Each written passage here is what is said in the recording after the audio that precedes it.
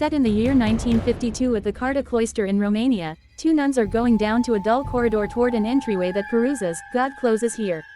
The more seasoned cloister adherent passes through the way to discover a curio of some sort or another, while the more youthful religious recluse, Sister Victoria, Charlotte Trust begins to ask.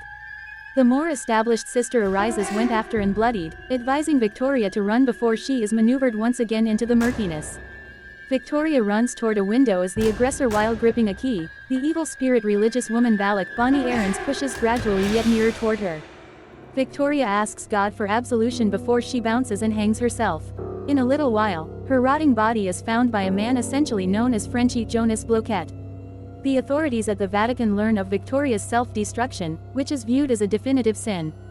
They enroll Father Anthony Burke Damien Bishir to research. He searches out a youthful newcomer named Sister Irene Tessa Farmiga, who right now goes about as an educator to little kids. The two party and go to track down Frenchy so he can take them to where he tracked down Victoria's body. The three go to the nunnery where Frenchy drives Burke and Irene to the fridge where he left Victoria's body. Frenchy calls attention to that Victoria is sitting up when he left her body resting. Burke pries Victoria's fingers open and tracks down the critical in her grasp. They then take her body to give her a legitimate entombment. While strolling back toward the convent, Burke sees new blood on the means where Frenchy tracked down Victoria's body. They then, at that point, go into the church yet can't enter the monastery yet. They meet the abbess Gabrielle Downey, who illuminates them that are taking part in a promise of quietness for Victoria and that they might enter the following day. Burke and Irene go to their rooms while Frenchy leaves. He strolls past the dull woods and sees what resembles Victoria strolling through the forest. He follows her and winds up went after by an evil spirit sister.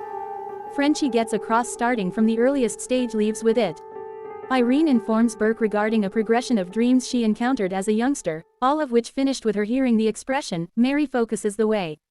Burke then, at that point, reviews an episode in France where he was gathered to exorcise a young man named Daniel Auguste Maturo that had been moved by.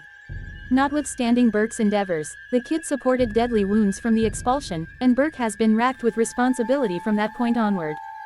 Soon thereafter, Burke is awoken by the sound of music. He goes out into the forest and sees what resembles a satanic variant of Daniel. The vision shows some major signs of life and drives Burke into a casket before an unholy power covers him alive, passing on him with a chime to ring. Irene additionally awakens and meanders the house of prayer before she sees Valak in the mirror attempting to go after her. She runs outside and hears Burke ringing the chime. Before long, different chimes around graves begin to ring. However, Irene figures out how to find Burke's casket and she begins to uncover him. Before she can contact him, evil spirit hands begin to pull at him. However, Irene figures out how to free him. Inside the casket, Burke then tracks down a lot of books on the mysterious. The following day, Burke and Irene go to the convent, yet just Irene is permitted to enter.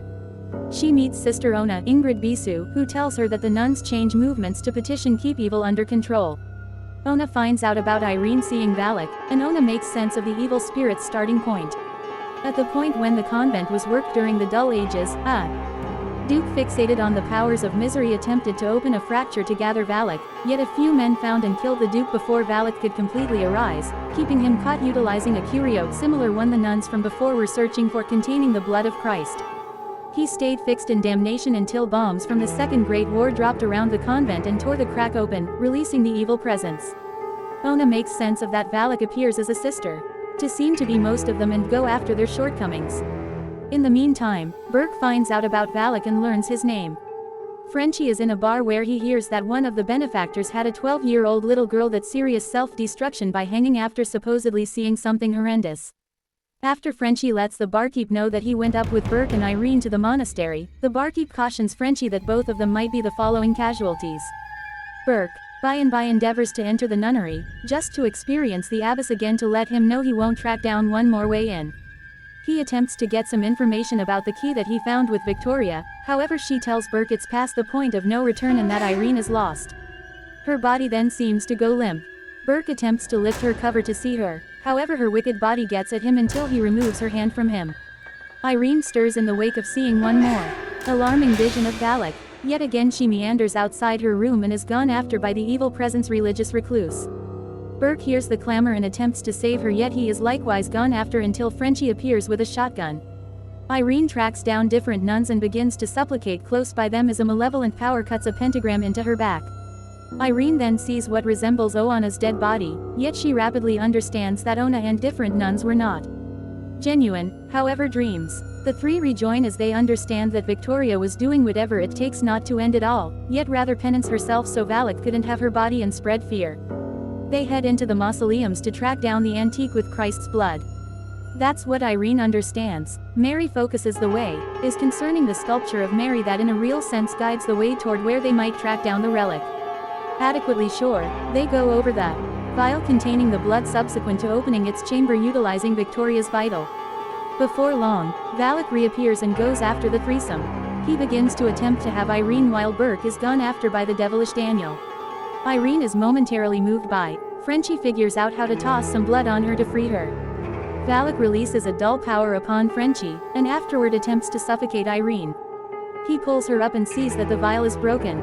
She spits the blood in front of Valak, sending the devil back to damnation and fixing the break. As the triplet leave the nunnery, Irene asks Frenchie his genuine name, and he says it's Maurice.